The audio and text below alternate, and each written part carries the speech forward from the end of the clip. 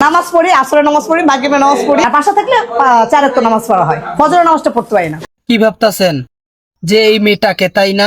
হ্যাঁ, চলুন আপনাদের সাথে পরিচয় করিয়ে দেবো যে এই মেয়েটাকে। এই মেয়েটা হলো আপনি যে ভিডিও দেখতেছেন না, আপনার মসজিদের ইমাম। কি বলছিস তুই? আরে আচ্ছা আপু, আপনি কোন কোন নামাজ পড়েন? নামাজ পড়ি, আসরের নামাজ পড়ি, মাগরিবের নামাজ পড়ি। ও আচ্ছা, এই জন্য তো বলি যে মানুষের নামাজ পড়তে পড়তে কালো দাগ হয়, আর আপনার লাল দাগ হয়েছে কেন? নিঃসন্দেহে তুই ঠিক কথা বলেছিস। আরে আমি ঠিকই বলতেছি। দেখেন না ওর কপালে কি রকম লাল দাগটা হয়েছে। কথা সত্য। যাই হোক আপু, আপনি নামাজ পড়ি কই যান? এই দুটা নামাজ পড়ে পরে আবার বিকালে মিটিং এ যাই, প্রোগ্রামে যাই।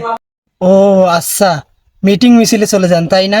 হ্যাঁ, ও আচ্ছা, মনে হয় আপু ওইখানে গিয়ে পরে আবার বিকালে মিটিং এ যাই, প্রোগ্রামে যাই। মিটিং মিছিল করে। হ্যাঁ, যে কিভাবে জান্নাত পাওয়া যায়, আমি ঠিক বলিনি? নিঃসন্দেহে তুই ঠিক কথা বলেছিস। আচ্ছা আপু, আপনি তো শুধু 2 ওয়াক্ত নামাজ পড়েন, হ্যাঁ, কারণ আপনি মিটিং মিছিলে চলে যান। নিঃসন্দেহে তুই ঠিক কথা বলেছিস। আর যদি আপনি বাসায় থাকেন তাহলে কয় ওয়াক্ত নামাজ পড়েন? আর বাসা থাকলে 4 ওয়াক্ত নামাজ পড়া হয়। হ্যাঁ আপু, আমি আপনার ড্রেস আপ দেখেই বুঝতে পেরেছি যে আপনি সব সময় নামাজ কালাম পড়েন। আচ্ছা, আপনি কোন নামাজটা পড়তে পারেন না? ফজরের নামাজটা পড়তে পারি না। ও আচ্ছা, মনে হয় এই টাইমে আপনার। কি বলছিস তুই? আরে এত রাগ করেন কেন? আমি বলতে চাইতেছি যে ফজরের টাইমে মনে হয় আপু অন্য মৌলবীদের সাথে আলাপ আলোচনা করে। নিঃসন্দেহে তুই ঠিক কথা বলেছিস। হ্যাঁ, আমি সবসময় ঠিক কথাই বলি।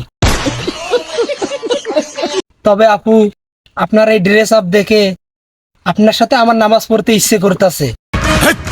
কি বলছিস তুই? আরে আমি তো খারাপ কিছু বলি নাই। बड़ा हरामी हो बेटा। আর শোনেন, আপনি যদি এইভাবে নামাজ পড়েন না, তাহলে আপনার সাইয়া বাড়ি। তোকে সাজাই না বাড়ি গেছে না গো। ও দাদি, আপনি কিছু বলবেন? হ্যাঁ, ঠিক আছে বলেন, আপনি মুরব্বী মানুষ, আপনিই বলেন। তোকে সাজাই না বাড়ি গেছে না গো।